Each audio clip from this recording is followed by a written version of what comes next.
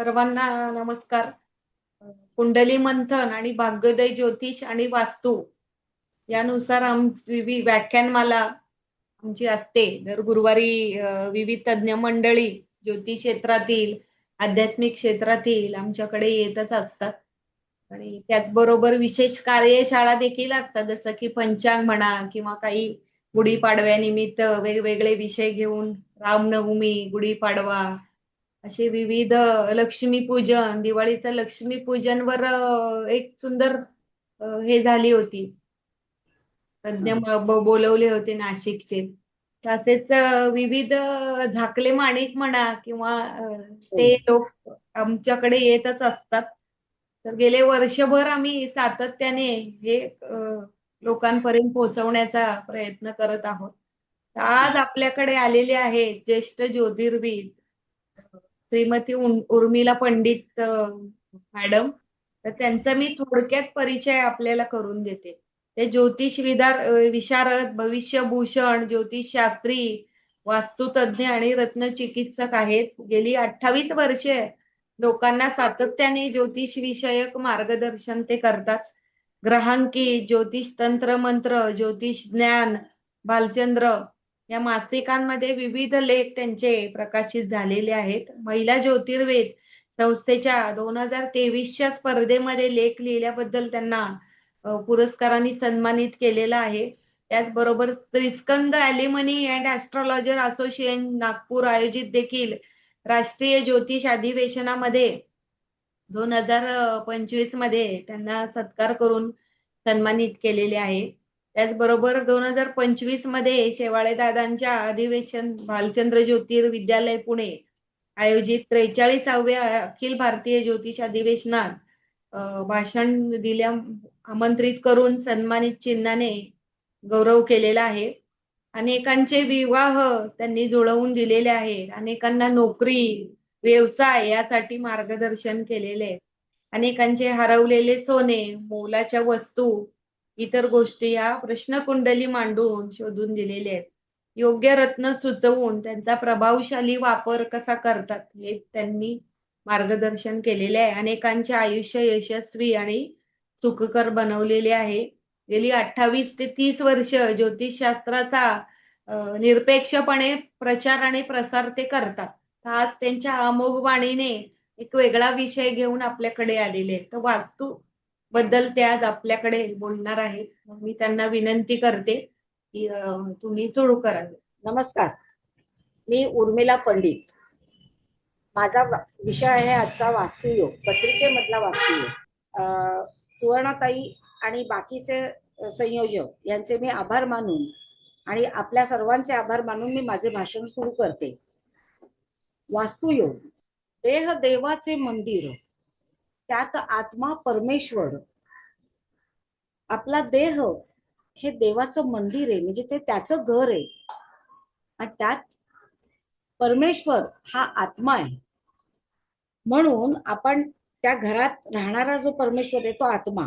म्हणून आपण बऱ्याच वेळेला म्हणतो की माझं मन मला सांगतंय, याचाच अर्थ आपला आत्मा आपल्याला काहीतरी पूर्वसूचना देत असतो. देवस्थाने या पण वास्तूच असतात, पण त्या अत्यंत पवित्र असतात. त्या वास्तूमध्ये असलेली सकारात्मक स्पंदनं जेवढ्या वेळा माणूस त्या वास्तूत जातो तेवढ्या वेळा ती स्पंदने त्याच्यामध्ये रुजवली जातात. देवळात जाऊन देवाचं दर्शन घेऊन थोड्या वेळ बसण्याची जी प्रथा आहे आपली, ती ह्याच कारणाने तिथे बसल्यामुळे तिथे असलेली सकारात्मक स्पंदनं आपण घेऊ शकतो. पण ती घेण्याची जी दिवशी आपण दिवशी दत्त देवस्थानामध्ये गुरुतत्व आलेलं असतं. नंतर नवरात्रामध्ये देवी तत्व देवीच्या मंदिरात आलेलं असतं. असं प्रत्येक देवतेचं सकारात्मक ऊर्जा घेण्यासाठी आपण मंदिरात जायचं असतं. कारण त्या देवतेचा त्या मंदिरात तिच्या नावाचा जयघोष होत असतो. त्या जयघोषामुळे ते सकारात्मक तत्व तिथे आलेलं असतं आणि ते घेण्यासाठी आपण जायचं असतं. महाशिवरात्रीला आपण शंकराच्या मंदिरात जातो, कारण तिथे शिवतत्व अवतरलेलं असतं. कोणत्याही देवळातली ही स्पंदनं आपल्या शरीरात येण्यासाठी आपल्या मूळ पत्रिकेतलं जे दैवत असतं ते आधी आपण बघावं लागतं, आणि त्या दैवतेचा जयघोष आपल्या घरात करून आणि त्याचं पाणी तयार करून ज्या वेळेला आपण ते पाणी करून पिणं हे फार आवश्यक असतं. पाण्याची सवय होते आणि त्यामुळे आपल्या शरीराला ती रिचवली जातात. हे पाणी तयार करताना त्याची जागा आणि वेळ ही एकच असावी लागते. जसं की मंदिरात त्या त्या देवतेचा जयघोष होत असतो, त्याचप्रमाणे आपण वैयक्तिक देवतेचा जर जयघोष आपल्या घरात केला तर ती स्पंदनं आपल्याला जाणवायला लागतात. मी अनेकांना त्यांच्या स्वतःच्या देवतेचं पाणी कसं तयार करायचं आणि ते कसं घ्यायचं ते मी त्यांना सांगितलेलं आहे. त्यांचा अनुभव तुम्हाला सांगते.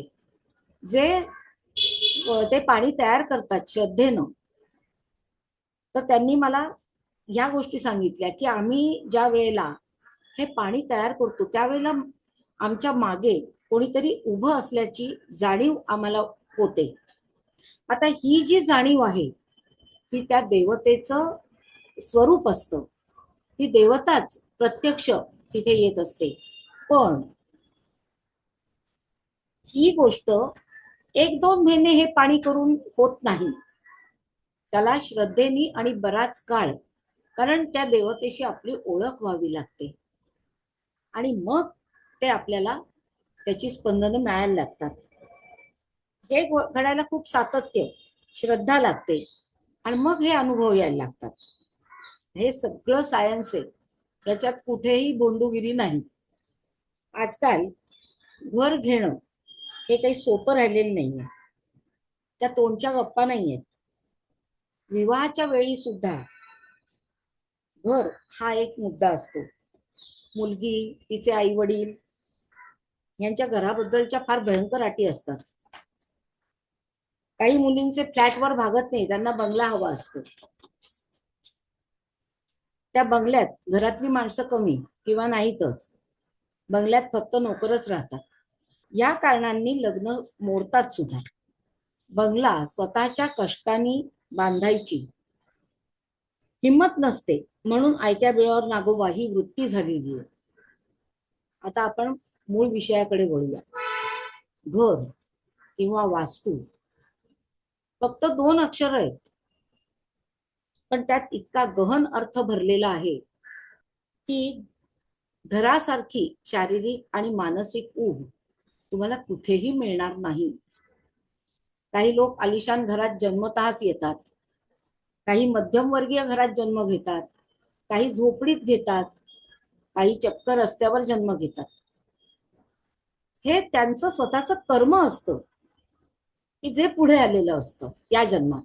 आजपर्यंत कुणालाही कुणाच्या पोटी कुठल्या वेळी आणि कुठल्या घरात जन्म घ्यायचा हे ठरवायचा अधिकार अजून मिळालेला नाही.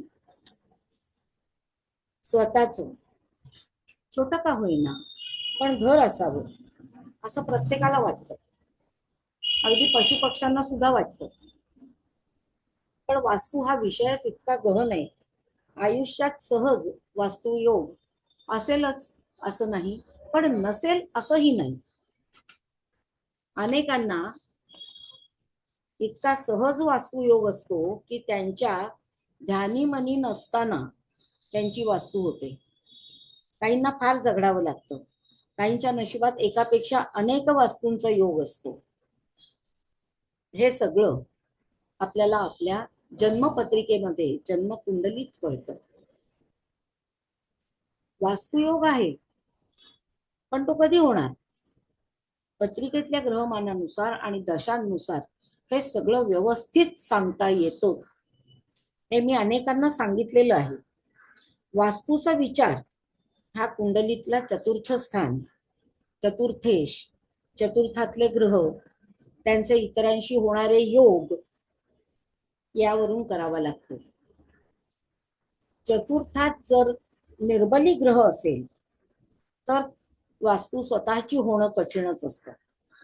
एखादा बलवान पापग्रह चतुर्थात असेल तर फार मोठ्या मुश्किलीनं स्वतःची वास्तू होते. चतुर्थेश 6, 8, 12 या स्थानात असेल किंवा 6, 8, 12 स्थानांचे अधिपती चतुर्थात असतील तर स्वतःची वास्तू होणं कठीणच असतं. जातक पारिजात मध्ये या ग्रंथातले उल्लेखावरनं चतुर्थेश जर का 12व्या स्थानात गेला तर जातकाला दुसऱ्याच्या घरात किंवा परदेशात राहावं लागतं, स्वतःचं गाव सोडून. आता चतुर्थेश जर अष्टमात असेल तर तो गृहहीन असतो. चतुर्थेश षष्ठात असेल तर जातकाला सगळं आयुष्य नातलगांच्या घरी काढावं लागतं. चतुर्थेश तृतीयात असेल तर सुखासुखी वास्तू करता येत नाही, कारण चतुर्थाच्या वेळात तो ग्रह गेला. या उलट लग्नेश चतुर्थेश लग्नात असतील तर हा हमखास वास्तू होण्याचा योग. चतुर्थात हा योग सुद्धा वास्तूच्या दृष्टीनं उत्तम असतो. बलवान लग्नेश व चतुर्थेश केंद्रकोणात असतात, उत्तम वास्तुयोग होतो. अशा अनेक पत्रिका मी पाहिल्या आहेत की ज्यांचे वास्तुयोग भरपूर असतात आणि त्या ह्याच्यातनं त्याच्यातनं उत्पन्न पण असतं त्यांना. आता चतुर्थेश जर द्वितीय स्थानात असेल तर त्यांना वास्तूपासून उत्पन्न पण मिळतं. चतुर्थेश पंचमात असेल तर वारसा हक्कानं किंवा स्वप्रयत्नानं वास्तू होईल. चतुर्थेश सप्तमात विवाहामुळे कोर्टाच्या निकालामुळे वास्तू मिळते. चतुर्थेश जर भाग्यात असेल किंवा दशमात असेल तर तो एक अतिशय सुयोग असतो, कारण आणि लाभात असेल तर वास्तूपासून उत्पन्न मिळतं. चतुर्थेश तृतीयात, षष्ठात, अष्टमात, व्ययात तर असेल तर मिळालेलं घर सुद्धा टिकवता येत नाही. अनेक पत्रिकांचा अभ्यास केल्यानंतर या नियमांची सत्यता पटते. स्वगृहीचा गुरु, उच्च गृहीचा गुरु, मित्रगृहीचा असा गुरु जर चतुर्थात असेल तर अति उत्तम वास्तू लाभ असतो. त्या घरामध्ये सकारात्मकता जास्त असते. अशा घरात रोज काही मंत्र पठण, स्तोत्र पठण हे जर केलं तर त्या वास्तूत आणि वास्तूच्या बाहेर प्रचंड पॉझिटिव्हिटी मिळते. खूप पॉझिटिव्ह एनर्जी असते अशा ह्याच्यात. शुभग्रह जेव्हा चतुर्थात असतात तेव्हा त्या वास्तूमध्ये खूप पॉझिटिव्हिटी असते. चंद्र चतुर्थात असता वास्तूजवळ पाणवठा असतो. अशा ठिकाणी त्या व्यक्तीचं घर असू शकतं की जिथे तळं आहे, विहीर आहे, अशा ठिकाणी तिचं घर असतं. शुक्र असेल तर आजूबाजूला झाडी असते. चंद्र शुक्र चतुर्थात हा अति उत्तम वास्तू आहे. वास्तू ही पत्रिकेतच कळली पाहिजे आणि ती कळते. वास्तू बघताना अनेक गोष्टी बघायला लागतात. पत्रिकेत वास्तू बघताना ज्या स्थानात गुरु असतो, पत्रिकेतल्या ज्या स्थानात गुरु आहे तर त्या वास्तूच्या त्या दिशेला औदुंबर किंवा दत्तस्थान, देवस्थान किंवा कुठलंही मंदिर असू शकतं. आता मध्यंतरी एक 6 महिने झाले असतील त्यावेळेला माझ्याकडे एक बाई आल्या की त्या माझ्या क्लायंटच होत्या. त्या म्हणाल्या मला मी घर घेतेय, मी वास्तू पाहून ठेवली आहे, फक्त ती तुम्ही बघायला आलात तर बरं वाटेल. म्हटलं ठीक आहे मी येईन बघायला, पण तू एक काम कर, आधी मला तू फोन कर, प्रश्न विचार, मी प्रश्नकुंडली मांडेल आणि ती जर चांगली आली तर मी वास्तू पाहायला नक्की येईल. तसं तिनं काही दिवसानंतर मला प्रश्न विचारला आणि मी तिची त्यावेळची प्रश्नकुंडली मांडली. मांडल्यानंतर तिला मी सांगितलं तू ज्या वास्तूत राहायला जाण्याचा विचार करतेस ती वास्तू ही अतिशय उत्तम आहे. त्याच्या ईशान्य दिशेला देवस्थान, औदुंबर या काही ना काहीतरी या पद्धतीचं आहे. तर ती म्हणाली दोन्ही आहे तिथे. मग मी वास्तू पाहायला गेले आणि खरोखरच तिथे इतकी पॉझिटिव्ह एनर्जी होती की म्हणजे आपल्याला असं गेल्यानंतर एकदम प्रसन्न वाटायला लागतं अशा ठिकाणी. तसं झालं. आता त्याचप्रमाणे चतुर्थात जर का पापग्रह असतील तर घरात निगेटिव्ह एनर्जी जाणवतेच जाणवते. चतुर्थात राहू असेल तर त्या वास्तूच्या बेडरूम मध्ये हमखास अंधार असतो. शनी असेल तरीही अंधारच असतो. नेपच्यून असेल तर फार गूढता असते आणि भास वगैरे होतात. मंगळ जर असेल चतुर्थात, वास्तू असते पण समाधान नसतं. फार कलह असतो घरामध्ये, माणसांमध्ये फार कलह असतो. रवी असेल चतुर्थात तर तो सतत मानसिक चिंतेत ठेवतो. वास्तू देतो पण मानसिक चिंताही देतो. अर्थात त्या रवी बरोबर बाकीचेही कोणते ग्रह आहेत हेही पाहावं लागतं. एकटा रवी असेल तर तो मानसिक चिंता देणारच देणार, पण त्याच्याबरोबर जर का शुक्रचंद्र असतील तर त्या माणसाच्या वास्तू होणार. कारण रवीला हे स्थान तसं चांगलं नाहीये. या स्थानामध्ये थोडाफारच वारसा मिळतो. बुध चतुर्थात असेल आणि तो पापग्रहांनी युक्त असेल तर चांगली फळं मिळत नाहीत त्या वास्तूमध्ये. गुरु असेल राशीबली, लग्नेश चतुर्थात असेल तर श्रेष्ठतर फळांचा वर्षाव होतो. वरील ही जी फळं आहेत ती जन्म लग्न कोणतं आणि चतुर्थातले ग्रह यावर फार अवलंबून असतं. आता पूर्वीच्या काळी घर बदलणं इतकं सोपं होतं की सकाळी एका घरात राहायला गेलो, नाही आवडलं तर संध्याकाळी दुसऱ्या घरात राहायला जाता येत होतं. कारण एवढं सोपस्कार नव्हते. लोकांचा एकमेकांवर विश्वास होता. आताच्या सारखी लोक माणसांना फसवत नव्हते. लोकांना खऱ्या खोट्याची चाड होती. आता हे सगळंच बदललंय.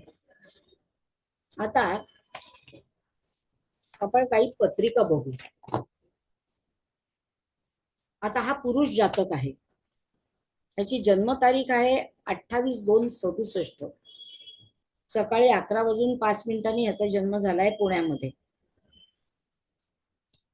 याच्या चतुर्थ स्थानात हर्षल आणि प्लुटो आहे.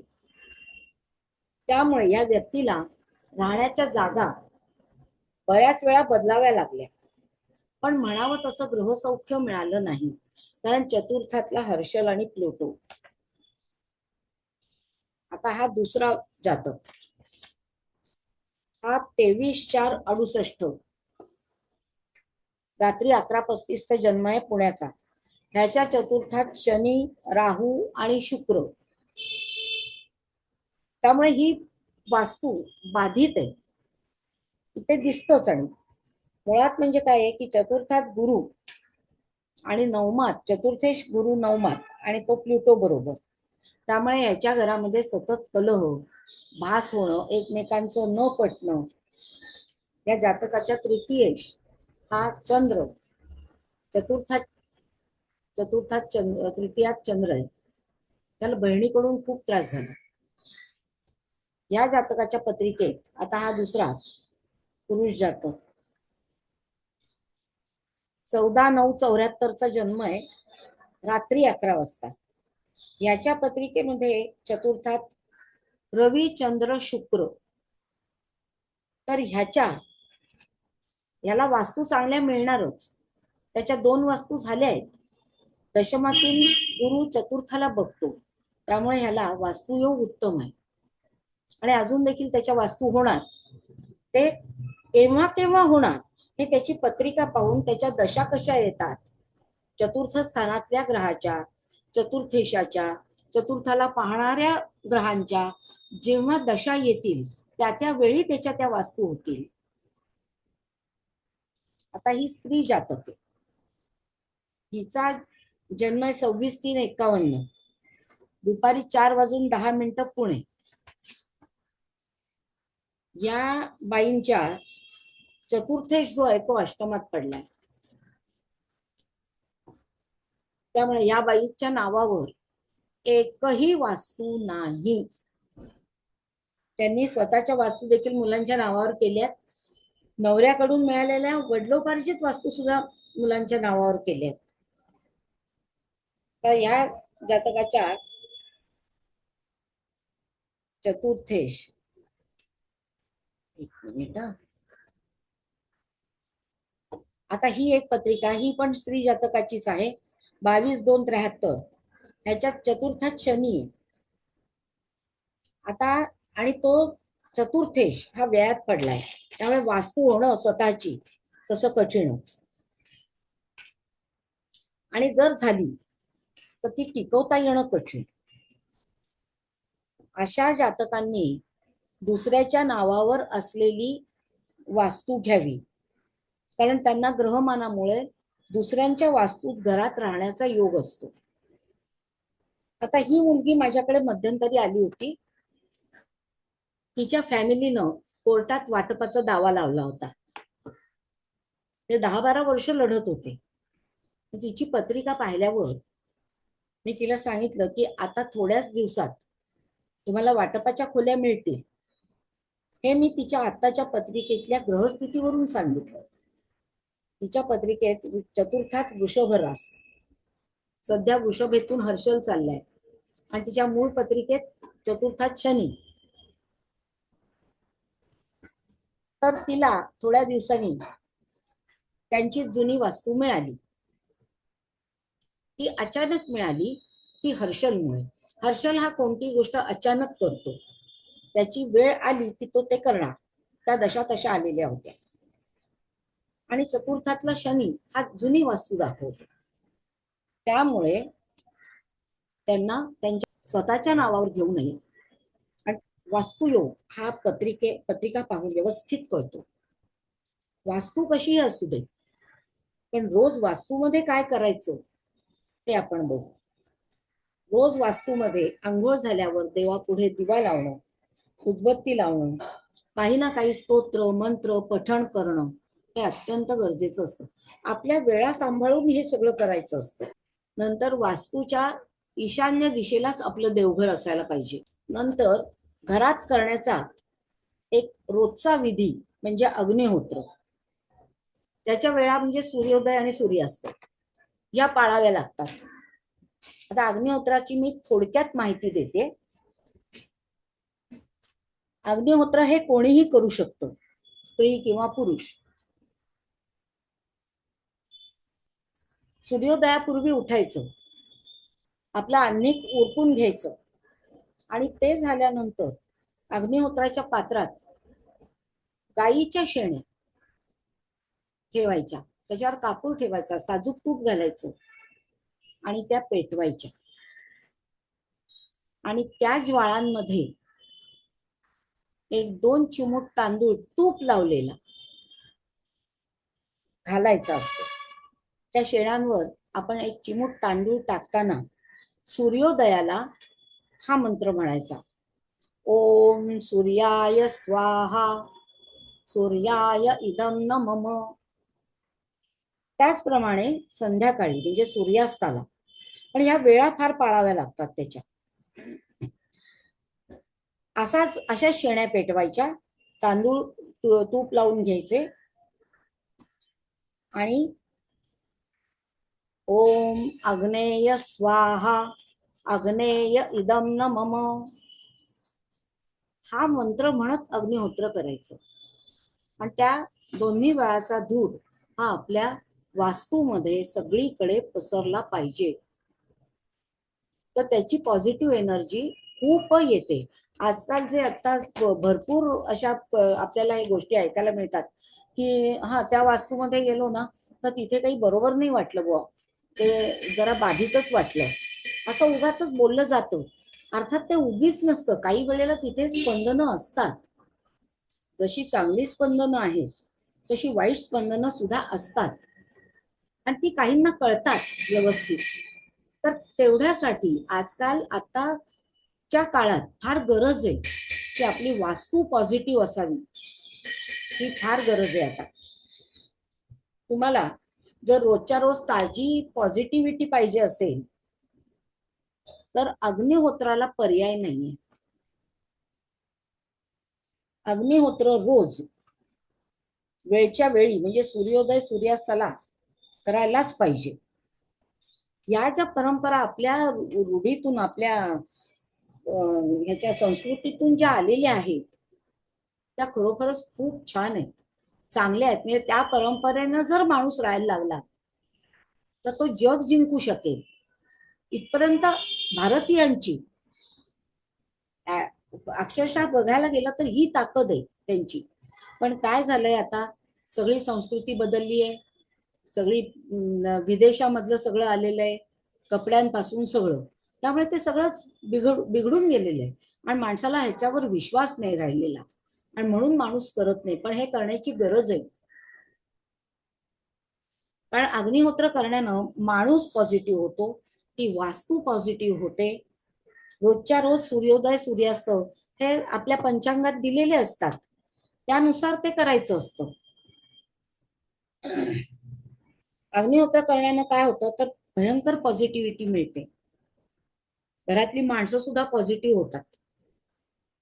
तसंच मध्ये मध्ये जसं आपण माणसाची दृष्ट काढतो ना, तशी आपल्या वास्तूची पण दृष्ट काढावी.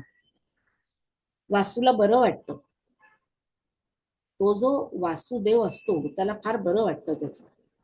ती कशी काढायची तर तिन्ही सांज झाली की हातात भीमसेनी कापराच्या 2 वड्या घ्यायच्या, काळी मोहरी घ्यायची, थोडी खडे मीठ घ्यायचं, हातात घेऊन सगळ्यांनी घराबाहेर जायचं घरातल्या.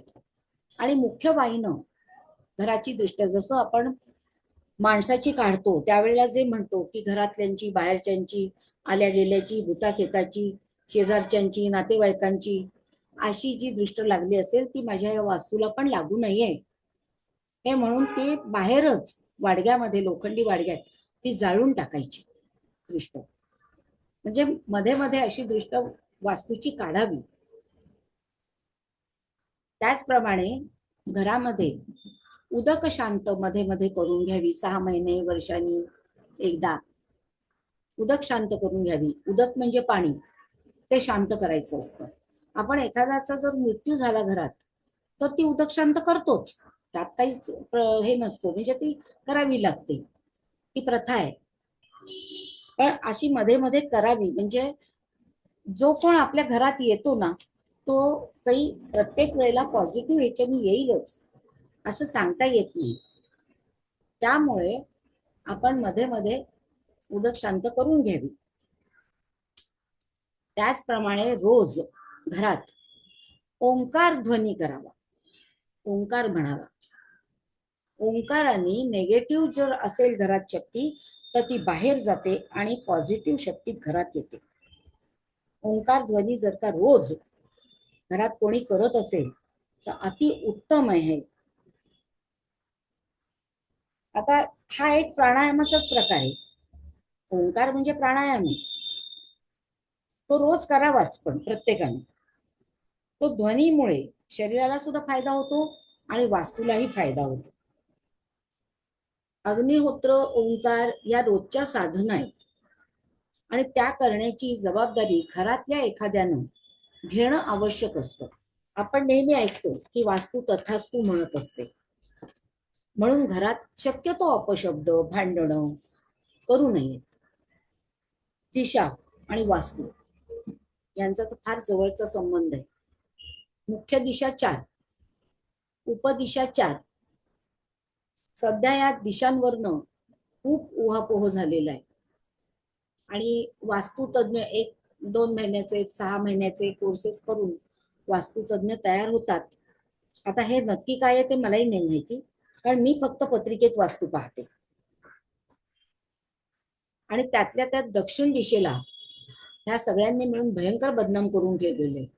दक्षिण दिशेचा दरवाजा म्हणजे फार वाईट, पूर्वेलाच दरवाजा हवा. अगदी मान्य आहे, बरोबर आहे, दरवाजा पूर्वेकडे असायला पाहिजे, त्यात वाद नाही. पण बांधणी कशी असेल बिल्डिंगची त्याच्यावर ते सगळं अवलंबून. आता अर्थात बिल्डर सुद्धा या गोष्टी पाळायला लागले की वास्तूचा दरवाजा, मुख्य दरवाजा पूर्वेला असावा, दक्षिणेला नसावा, हे सगळं आता पाळायला लागले बरेच बिल्डर. पण आता विचार जर केला तर पुण्यातल्या लक्ष्मी रोडची दुकानं बरीचशी दक्षिण दिशेलाच तोंड करू नये. अगदी गाडगीळ ज्वेलर्स बघितले, त्यांचं दक्षिणेलाच आहे तोंड दुकानाचं, पण त्यांच्याकडे गर्दी किती असते, दिवसा, संध्याकाळी, सकाळी, दुपारी, केव्हाही बघा दुकानात गर्दीच गर्दी असते. त्यांचे जे काउंटर्स आहेत ते पूर्व पश्चिम आहेत. पण आता हा जो एक भाग आहे तो धनयोगाचा भाग आहे. हा धनयोगाचा भाग हा त्यांच्या पत्रिकेशी जुळला जातो. त्यांची पत्रिका काय म्हणते, आता त्यांच्या पत्रिकेत जर का अष्टलक्ष्मी योग असेल तर निश्चितच दक्षिण दिशेला जरी तोंड असलं तरी धनयोग उत्तम होणारच. दुसरा मुद्दा म्हणजे गाडगी ज्वेलर्स सारखीच अनेक दुकानं दक्षिणेला आहेत, त्या सगळ्यांचे जबरदस्त धंदे चालतात. त्यामुळे माझ्या अंदाजे व्यवसायाला दक्षिण दिशा ही अतिशय उत्तम असते. आणि आतमध्ये काउंटर्स ते पूर्व पश्चिम ठेवायचे. आपण दक्षिणेला तोंड करून नाही बसायचं, मग ती क्षीण होत जाते. तिथे 12 महिने 18 काळ मग गर्दीच गर्दी असते. दक्षिण दिशा ही यमाची जरी असली तरी ती व्यवसायाला उत्तम आहे. त्यांचा वैयक्तिक पत्रिकेचा धनयोगाचा भाग. आता अशा प्रकारे आज मी तुमच्याशी वास्तुयोगाचा विचार केला, त्याच्यावर मी तुमच्याशी बोलले, तुम्ही माझं बोलणं ऐकून घेतलं. पुढच्या वेळी मी दुसऱ्या कुठल्या तरी विषयावर येऊन तुमच्या समोर भाषण देईन अशी अपेक्षा करते. धन्यवाद. धन्यवाद ताई. वास्तूबद्दल उत्तम मार्गदर्शन आपण केलेलं आहे, तर सगळ्यांना आवडलं असेलच. अगदी सोप्या शब्दामध्ये आणि पूर्ण महत्वपूर्ण असं आपलं व्याख्यान झालेलं आहे. कोणाला काही शंका समाधान आपण करत असतो, कोणाला काही शंका असेल तर विचाराव्यात. फक्त वैयक्तिक सल्ले विचारू नयेत. आपले जे काही विषयाशी संबंधित आजच्या वक्तव्याशी संबंधितच विचारावे. नमस्कार. नमस्कार. मला एक शंका अशी आहे, हा, दूषित वास्तूची स्पंदनं कशी समजतात पत्रिकेत? आता दूषित वास्तू नाही, माझा प्रश्न आहे, दूषित वास्तूची स्पंदनं पत्रिकेत कुठल्या ग्राउंड कुठल्या भावावर कसे दिसून येतात? ते सांगते. पत्रिकेमध्ये जर राहू असेल चतुर्थात आणि राहू बरोबर शनी असेल, आता एक सांगताना पत्रिका मी सांगितली, राहू, शनी आणि शुक्र होता त्या व्यक्तीच्या पत्रिकेत. आता त्याची वास्तू ही बाधित होती, अत्यंत बाधित होती. त्यामुळे त्याच्या घरामध्ये काय होतं तर सतत कलह होते, सतत बोलणं, साधं बोलणं सरळ नव्हतं. त्याच्या बहिणीकडून त्याला त्रास होत होता. शनी राहू हे जे पापग्रह आहेत हे ज्या वेळेला तुमच्या चतुर्थ स्थानात येतात त्यावेळेला ते तुम्हाला त्या ग्रहांवर त्यांची स्पंदनं काही चांगली नसतात. शनी आणि राहू, शनी दाता आहे, शनी वाईट ग्रह नाहीये, राहू सुद्धा वाईट नाहीये, काही वेळेला राहू सुद्धा देतो, पण त्याची देण्याची पद्धत आणि हे वेगळं असतं, तो विषय वेगळा आहे. आता मुद्दा कसा आहे की राहू आणि शनी जर चतुर्थात असतील तर ती वास्तू बाधित असणारच. आणि म्हणून त्यांनी स्वतःच्या नावावर घर घ्यायचं नाही, दुसऱ्याच्या नावावर घ्यायचं आणि त्या घरात म्हणजे दुसऱ्याच्या घरात आपण राहतो असं दाखवायचं. आणि त्यांची स्पंदनं काही चांगली नसतात. त्यामुळे त्या वास्तूत आपण गेलो ना की आपल्याला निश्चित कळतं की हो बाबा इथे काही बरोबर नाही वाटत आहे, तिथून केव्हा एकदा निघावं अशी एक वृत्ती होते त्या क्षणाला माणसाची. त्याच्यावरनं ओळखायचं की बाबा ही वास्तू बरोबर नाही. आणि एखाद्याच्या वास्तूमध्ये गेल्यानंतर सुवर्णाताई, आजचे व्याख्यान हे खूपच छान झाले आणि खूप म्हणजे एकदम आरामशीर इतकं छान सांगितलं मॅडमनी, खूप छान वाटलं. मला आपल्याला विनंती करायची आहे की ह्या मॅडमचे व्याख्यान पुढेही घेत चला. खूप एकदम परफेक्ट हो. डायग्नोसिस आहे त्यांचं. नक्की नक्की. माझे 2 छोटे-छोटे प्रश्न होते. नेटवर्क प्रॉब्लेम सॉल्व्ह झाला की घेऊयात.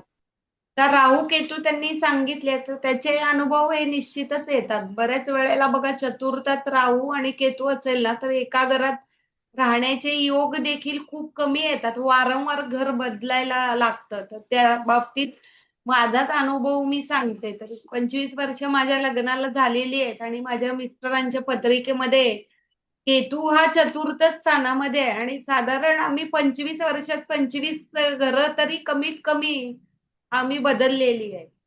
तर त्याचे अनुभव आपल्याला हे नक्कीच येताना दिसतात. मग ह्याला उपाय काय?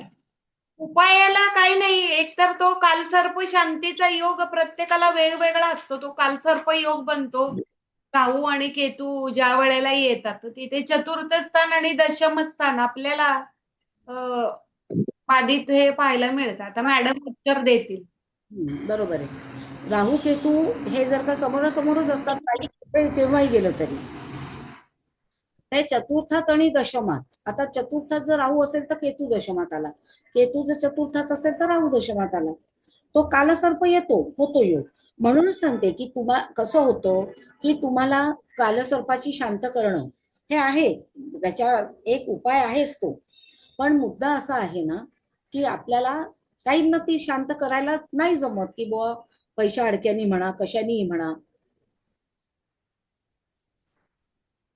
त्यामुळे काय होतं, घरातल्या घरात तुम्हाला करण्याचे जे उपाय आहेत, हे जे मी तुम्हाला अग्निहोत्र सांगितलं, रोजच्या रोज धूप घरात झाला पाहिजे, हे जे सांगितलं, नंतर ओंकार साधना ही सुद्धा घरात रोज झाली पाहिजे.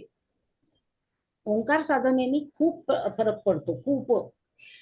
मी अनेकांना सांगितले आणि जे जे लोक करतात ना ते येऊन मला सांगतात की हा खूप आमच्या घरात फरक पडलेला आहे. आणि मॅडम, राहूचा विचार ज्या वेळेला करतो ना, तर वयाच्या समजा 30 नंतर शनीचा कालावधी सुरू होतो. हो, तर ग्रहांचं वय फक्त आपल्याला सगळ्यांना माहिती आहे. तर तो राहू केतू स्थिरता देतो ज्या वेळेला शनीचा कालावधी सुरू होतो आणि याला दशा वगैरे पण सगळ्या कारणीभूत आहेत. तर दशा दशा बदलतात. दशा अंतर्दशा हो, विलक्षण बरोबर. हा कोणती घटना सर्व कायम राहील असं नाहीये. काही कालावधीनंतर मनासारखी फळे मिळतात. काही काळानंतर होतातच होतात. हो. आणि कोणत्याही प्रश्नाचं उत्तर म्हणजे एखादा घटना केव्हा घडणार हा विदशेचा काळ बघावा लागतो. विदशेमध्ये ती घटना घडत असते. आता मध्यंतरी एका व्यक्तीला सांगितलं त्याला घर बदलायचं होतं, तर म्हणून तो माझ्याकडे आला होता. तर म्हटलं तुला ह्या अमुक अमुक दिवसात तुला घराची हे मिळेल, बरोबर तू प्रयत्न आत्तापासून कर, मिळेल. बरोबर त्या काळात त्याचं घर बदलणं झालं. ह्या ज्या गोष्टी ह्या पत्रिकेत सगळ्या कळतात. त्याला दुसरीकडे कुठेही जाण्याची गरज नसते. पत्रिका हे जे साधन आहे ना दिलेलं परमेश्वरानं आपल्याला, ते खूप महत्वाचं आहे आणि खूप योग्य आहे. एक दोघांचे प्रश्न आहेत. शीतल तुम्ही विचारा काय आहे प्रश्न तुमचा. शीतल, रवी, नमस्कार मॅडम. हा, नमस्कार. नमस्कार मॅडम, मी नागपूरवरून बोलते, शीतल मदनकर. मी आता म्हणजे बऱ्याच वास्तुतज्ञांच्या तोंडून शापित वास्तू हा शब्द ऐकलेला आहे. ही शापित वास्तू म्हणजे नेमकी काय आणि ती कशी ओळखावी, असा माझा प्रश्न. शापित वास्तू हा जो प्रकार आहे ना, हा मूळ वास्तूच्या म्हणजे तुमच्या मूळ कुंडलीत चतुर्थ स्थानात पापग्रह आले की ती वास्तू, आता राहू सारखा ग्रह आहे, तो पापग्रह आहे, शनी पापग्रह आहे. हे जर हर्षल म्हणा, प्लुटो म्हणा, हे सगळे पापग्रह आहेत. आता ह्याच्यासारखे जर ग्रह आले त्याच्यात राहू असेल ना, तर हमखास सांगते की अनेक वर्षापूर्वी त्या वास्तूमध्ये काही ना काहीतरी अशा घटना घडलेल्या असतात की ज्या माणसाला काय कुठे मृत्यू म्हणा किंवा खून होणं म्हणा, निर्दयीपणे मारणं म्हणा, या घटना घडल्या आणि त्याच व्यक्तीच्या त्या पत्रिकेत तसे ग्रह पडतात. ती वास्तू शापित असते. आणि ती कळते आपल्याला, त्या वास्तूत गेल्यानंतर सुद्धा कळते की बाबा हा इथे काही आपल्याला योग्य वाटत नाहीये किंवा तिथून जावं, निघून जावं पटकन, अशी एक हे होते. रवी कारंजे, तुमचा प्रश्न विचारा. नम्रता, तुम्ही विचारा, तुमचे 2 प्रश्न होते ना.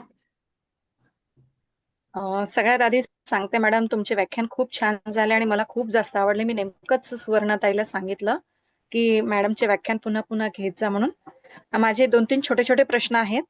एक बोला ना. तर चौथ्या घरावरून जी राशी आहे त्याच्यावरून त्या व्यक्तीच्या घराची दिशा सांगता येते का? तर ते कसं ओळखावं? आणि दुसरा प्रश्न, ठीक आहे, एक एक करून घेऊया आपण. चालेल.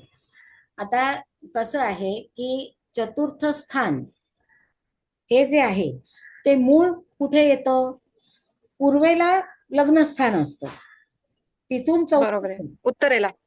उत्तरेला येतं.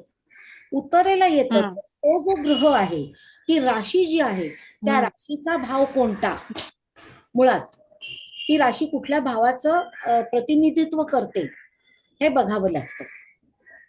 आणि त्याचा जो स्वामी आहे तो कुठे पडलाय, तो कुठल्या ग्रहाबरोबर आहे, तो पापग्रहाबरोबर आहे का, हे सगळे विचार बघावे लागतात. नंतर त्याची मग दशा कोणती येते, म्हणजे जसं मी महादशा सांगतेय, अंतर्दशा सांगतेय, तशी विदशा ही कुठली येते हे बघावं लागतं, कुठल्या काळात येते हे बघावं लागतं. आणि हे बघितल्यानंतर आपल्याला सहज उत्तरं मिळतात. त्यासाठी मात्र पूर्ण पत्रिका पाहावी लागते. असं नाही की बाबा त्यातलं एक घर पाहिलंय, नाही होत तसं. सगळी 12च्या 12 स्थानं पाहावी लागतात. नंतर पूर्ण पत्रिका नक्षत्र वाईज. माझी जी पद्धत आहे ती मी नक्षत्रानुसार करते, नक्षत्रानुसार मी पत्रिका पाहते. पण एका घरात, एका राशीत 4-4 ग्रह असतात काही वेळेला, पण त्यांची नक्षत्र वेगळी हम्म. असतात. त्यामुळे त्यांचं त्याचा फळ देण्याचा जे प्रकार असतो तो वेगळा वेगळा असतो. म्हणून खोलात जाऊन पत्रिका पाहावी नेहमी, आणि वरवर पाहून कधीच होत नाही. बोला तुमचा दुसरा प्रश्न. जसं आपण आता एक उदाहरण दिलं की एका व्यक्तीला आपण सांगितलं होतं की या वेळेला तुमचं घर बदल होईल, तर नेमकी कोणती दशा, अंतर्दशा, विदशा येते तेव्हा आपण नवीन घरात, स्वतःच्या घरात जातो? चतुर्दशाची दशा किंवा भाग्येश असं काय असतं का भाऊ? हो, ऐका, काय असतं, नुसतीच भाग्यशाची किंवा याची दशा नाही. मी जे तुम्हाला आता हे केलं, सांगितलं की बुवा चतुर्थातला ग्रह, चतुर्थात असलेली राशी, त्याचा अधिपती तो कुठे पडलाय, तो कुणाच्या बरोबर आहे, कुठल्या स्थानात पडलाय, आणि त्याची मग दशा केव्हा येते, हे पूर्ण पत्रिका पाहिली की सहज कळतं की केव्हा वास्तू बदल आहे, केव्हा करू नये, किंवा जर का वास्तू बदलाच्या काळामध्ये राहूची विदशा येत असेल, कोणत्याही गोष्टीच्या प्रश्नाला तुम्हाला राहूची जर का विदशा असेल ना, तर हमखास तुमचे निर्णय चुकतात, हमखास चुकतात. अगदी त्याला म्हणजे तुम्हाला कुठे हेच करता येत नाही. म्हणून तो काळ सांभाळावा. मग तो काळ झाला की जो येणारा काळ असतो त्या वास्तूच्या संदर्भातला, त्या काळात मग वास्तूचा बदल किंवा नवीन वास्तू किंवा स्वतःची वास्तू, मुळात स्वतःची वास्तू होणार आहे का हे पहिलं बघावं लागतं. त्याच्यासाठी पूर्ण पत्रिका पाहणं हे फार गरजेचं असतं. आणि मी काय करते, मी माझ्या म्हणजे सॉफ्टवेअर प्रमाणे माझी मी पत्रिका बनवते आणि त्याचा अभ्यास करून मग मी सांगते. कुणालाही सांगायचं म्हटलं तरी हे असंच असतं माझं. रवी कारंजे, विचारा सर, तुमचे काय प्रश्न आहे? सुवर्णा मॅडम, आपल्याला विनंती आहे की एक क्लास आणखीन या मॅडमचा ठेवायचा की वास्तूवरून पत्रिकावरून एक्झॅक्टली उदाहरणासकट कसं पाहायचं, असा एक क्लास मॅडमचा ठेवा आणखीन, जसं आपलं जमेल तसं. नक्की नक्की. चालेल चालेल. वास्तू खरेदी बरोबर, माझाच अनुभव आहे. वास्तू झाली पण राहू आणि केतूच्या दशेमध्ये ती वास्तू झाली, त्यामुळे तिचा लाभ झाला नाही, फसवणूक झाली. राहू केतू फसवणूक पण दर्शवितात. फसवणूकच दर्शवतात. हो तर म्हणजे तो काळ सोडायला पाहिजे होता. हो. पत्रिका पूर्ण बघितली ना की आपल्याला बरोबर कळतं कोणता काळ सोडायचा, कोणता काळ धरायचा, हे व्यवस्थित कळतं. काही लोक गरजेनुसार देखील वास्तू बदलतात, पण त्यावेळेला पण दशा ज्या वेळेला येते राहू केतूची, तर तिथे भाड्याच्या घरात राहण्याचे योग आलेले पाहायला मिळतात. हो. माझा अनुभव आहे येतात तसा. स्वतःची वास्तू सोडून दुसऱ्याच्या घरात. मग ते हो. तुम्हाला ते मी भाषणात सांगितलं, तर त्या पद्धतीनं हो. 12व्या घरात जर का चतुर्थेश पडला तर तुम्हाला नातलगाच्या घरीच राहावं लागतं. बरोबर. किंवा परदेशात गेलात तरी सुद्धा तुम्हाला तुमची वास्तू नाही करता येत, हे लक्षात घ्या. तिथे जाऊन सुद्धा आता मध्यंतरी, आता हा विषय वेगळा आहे, परदेश गमनाचा आहे. एक 10-12 वर्षापूर्वीच माझ्याकडे आला होता एक मुलगा, त्याला जर्मनीला जायचं होतं. तर त्यानं मला पत्रिका दाखवली आणि म्हणाला माझं सगळं तयार आहे, तिकीट आहे, सगळं आहे, व्हिसा आहे माझ्याकडे, सगळं आहे. पण म्हटलं आत्ता नाही जायचं, आत्ता जाता येणार नाही, तुला पुढच्या वर्षी फेब्रुवारीत जाता येणार. आणि ते तसंच झालं. 2 फेब्रुवारीचं त्याला फ्लाईट मिळालं, जर्मनीला गेला, तो तिकडे स्थायिक झाला. आता 6 महिन्यापूर्वी त्याचा फोन आला की मला घर घ्यायचंय. म्हटलं तू प्रश्न विचार मला, मग मी तुला सांगते. तर त्याला सांगितलं, म्हटलं आता तुझे घर पाहिलंयस ते तुला इतरांच्या ह्याच्या मानाने वास्तू ही महागात पडणार आहे, कारण चंद्राच्या पाठीमागे शनी होता, 7.5चा काळ होता. त्यामुळे म्हटलं प्रश्नकुंडली फार बोलते आणि ती सगळं खरंच बोलते मुळात. प्रश्नकुंडलीवर तुमचं एक व्याख्यान घेऊया नक्की मॅडम. हो, चालेल ना, अगदी. हो मॅडम, खरोखरच घ्या. धन्यवाद सर. सर बोला. नमस्कार. नमस्कार. आजचं भाग्योदय ज्योतिष कुंडली मंथन यांच्या ग्रुप तर्फे आपलं आज व्याख्यान, पंडित मॅडमचं व्याख्यान झालं. अतिशय सुंदर आणि ओजस्वी व्याख्यान झालं. वास्तू आणि पत्रिका ही कशी बघावी, कोणते ग्रह बघावे, नक्षत्र, त्यांनी बाकीचं न बघता ते स्वतः पंडित मॅडम बोलल्या नक्षत्र अतिशय महत्वाचे आहेत, त्या नक्षत्रावरून बघतात. तर आपण आजकाल काय बघतो, नुसती पत्रिका बघतो, कुंडली बघतो, ग्रहमैत्री बघतो, दशा महादशा विदशा हे बघत नाहीये. हे बघायला सुरुवात केली पाहिजे आणि नक्षत्र सुद्धा विचार केला पाहिजे. आता आपल्या ग्रुपवर मत्ती कोपी सर आहेतच, अतिशय हुशार मनुष्य आहे. तर त्यांच्याशी माझी चर्चा झाली असताना त्यांनी मला पंचांग मधले काही असे योग सांगितले, ते मी ग्रुपवर टाकलेत. आज तो योग आहे, आज पद्मयोग आहे.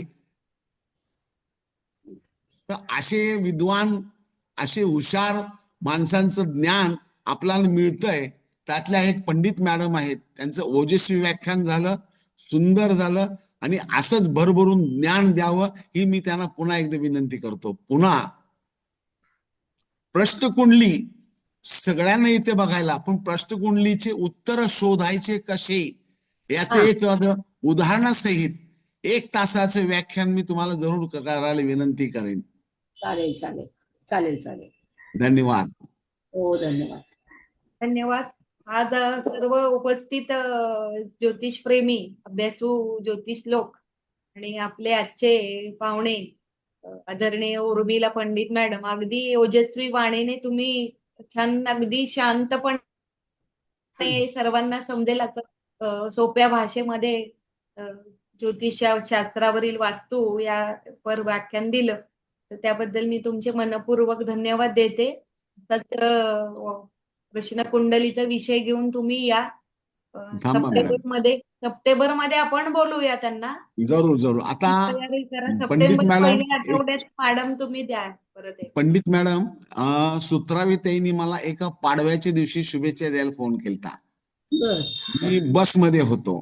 सुत्रावेताई बोलल्या, म्हणे सर असं आपण करायचं का? मी लगेच तुरंत हो म्हणून सांगितलं. म्हणलं मला कॉम्प्युटरचं ज्ञान नाही.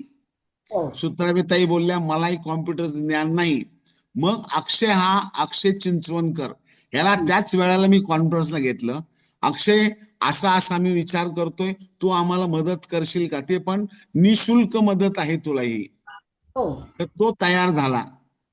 आज त्या अक्षयमुळे आम्ही हे गेले दुसरं वर्ष पदार्पणात करत आहोत. दुसरं वर्ष निव्वळ अक्षयला फक्त सांगायचं, अक्षय त्या क्षणाला तो तयार करतो आणि पाठवून देतो. मीटिंग कंडक्ट करायचं काम त्याच करतो. झूम मीटिंगचे पैसे तोच, आम्ही पैसे पाठवतो त्याला, तोच भरतो, त्याच्या नावे तो घेतो. मला तर त्यातलं काही येत नाहीये. सूत्राविताने येतं का माहित नाही मला, पण सूत्राविताने सुद्धा येत नसावं असं वाटतं.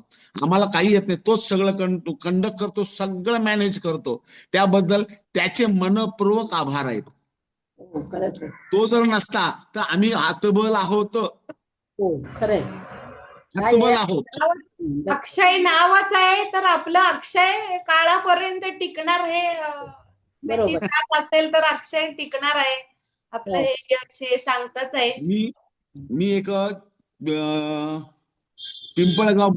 पिंपळगाव साक्री जिल्ह्यामध्ये साक्रीमध्ये एक मी वास्तू बघायला गेलतो. मी वास्तू बघत असताना एंट्रन्स करताना मी ज्याची भक्ती करतो त्याचं स्मरण केलं. स्मरण केल्यानंतर मला स्मशानाचे सिम्पटम्स यायला लागले. मी लगेच त्याला सांगितलं मी वास्तू बघणार नाही, स्मशानावर वास्तू बांधलेली आहे. ते म्हणे कसं काय, म्हणजे आजूबाजूला विचार. तिथं जुने वयस्कर 80-85 वर्षाचे 2 ग्रस्त होते. त्यांना विचारलं, अहो म्हणे सगळं आदिवासींचं स्मशानच होतं, बिल्डरनी जागा प्लेन केली आणि त्याच्या बंगल्या बांधले. अशा वास्तूचे दोष निघत नाहीत, हा माझा अनुभव आहे. तुमचा अनुभव काय मला नाही माहिती.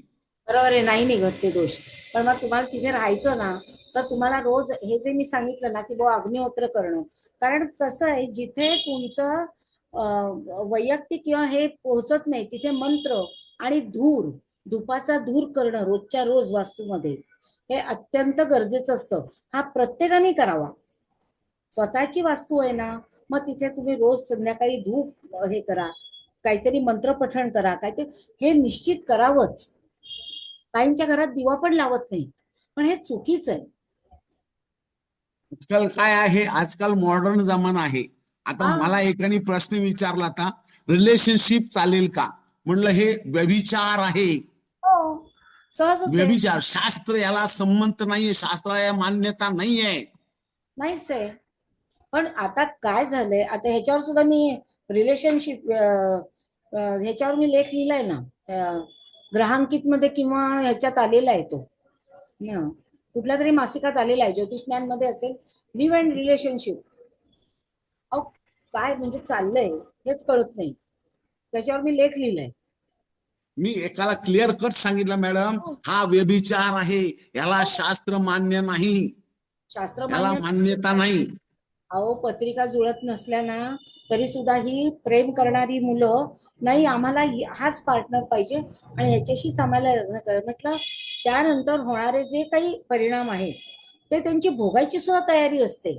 इतकी ती विचित्र मुलं असतात. आत्ताच हे कलियुग आहे. ह्या कलियुगात तुम्हाला हे असंच दिसणार.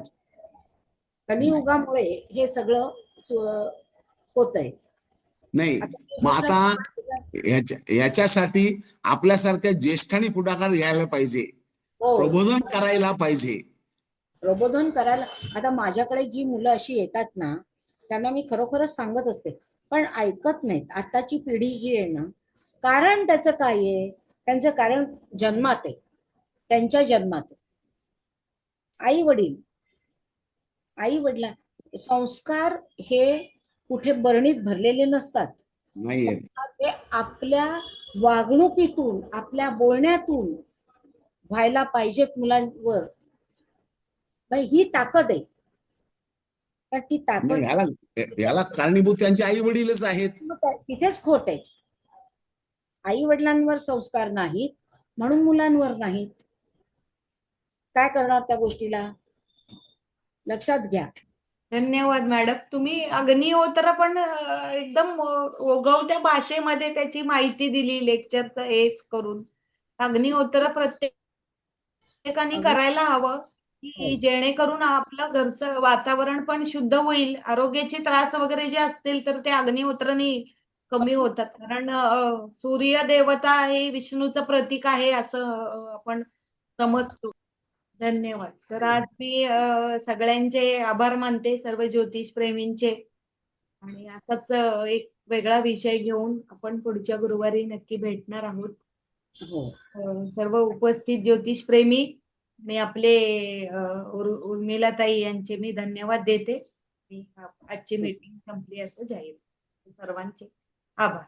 धन्यवाद.